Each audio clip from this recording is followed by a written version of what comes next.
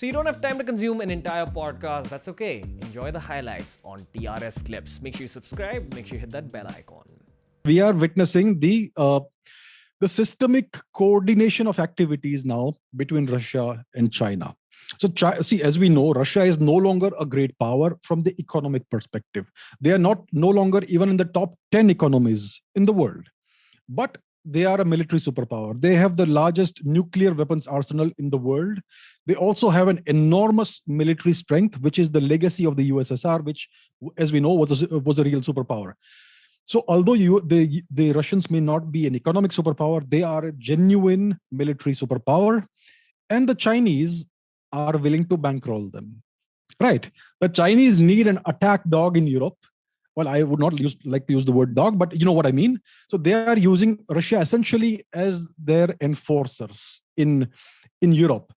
And so these two nations, I would not call it an alliance, but there is certainly a sort of cooperation and coordination that's happening right now.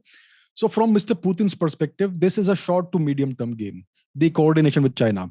Because if you look at the history of China and Russia, there is a very complex and interesting history right there also. In the 1960s, the USSR nearly nuked China. And they were prevented from doing so by the US. And that is where the rise of China begins, because the Americans brought China into their orbit. So it's a very complex history. But China and Russia had a very terrible land dispute, the kind of land dispute India and China have today. There was fighting. There was the Ussuri River clashes in the 1960s. Lots of people died in that, so soldiers from both sides. The Russians prevailed. Later on, there was a boundary demarcation agreement. But the Russians, they regard that border dispute as not closed, but dormant. The Chinese will reopen it at the appropriate time. So China and Russia are not natural allies. They are natural adversaries. But right now, for the time being, because their national interests align for the moment, they are cooperating.